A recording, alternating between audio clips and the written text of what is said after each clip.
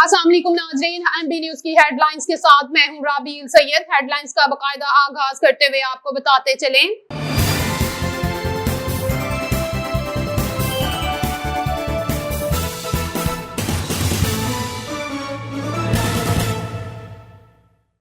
IPhone 17 के बाद Apple क्या बड़ा लॉन्च करने वाला है। एप्पल ने अभी हाल ही में आईफोन 17 सीरीज मुतारिफ कराई है, लेकिन कंपनी की तवज्जो अपने अगले बड़े प्रोडक्ट लाइन पर मरकूज हो चुकी है। इस बार तवज्जो मैक्स पर है। ये इशारे मिल रहे हैं कि M5 प्रोसेस बुक प्रो सार्फिन तक आने वाले चंद महीनों में दस्तयाब होगा।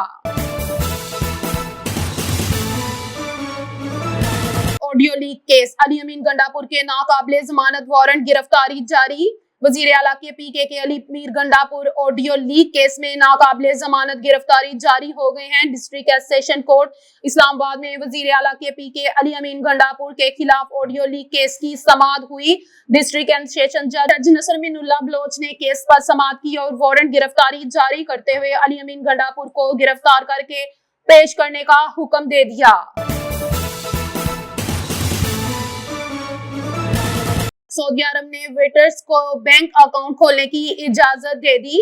सऊदी अरब ने मुमलिकत में आने वाले वेटर्स को बैंक अकाउंट खोलने की इजाजत दे दी। सऊदी सेंट्रल बैंक ने बैंकों के अकाउंट खोलने के कानून के तहत मुमलिकत के बैंकों में बैंक अकाउंट खोलने के लिए वेटर्स ID इस्तेमाल करने की मंजूरी का ऐलान कर दिया।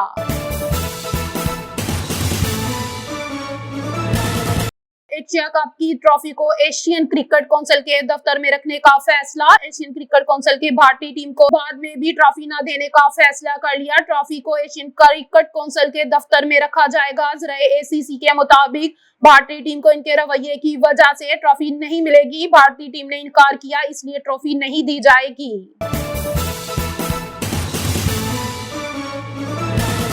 सखर से कराची जाने वाली ट्रेन की 3 बोगियां पटरी से उतर गई। सखर से कराची जाने वाली सखर एक्सप्रेस की 3 बोगियां पटरी से उतर गई। सखर से कराची जाने वाली 146 डाउन सखर एक्सप्रेस की बोगियां पटरी से उतरने के सबब डाउन ट्रेन बंद हो गई और ट्रेनों की आमदोरफ्त मुतासिर हो रही है। बोगियां अचानक डीरेल होने के दौरान मुसाफिर सोते हुए बोगियों से गिर गए और चंद मुसाफिर मामूली जख्मी भी हुए हैं।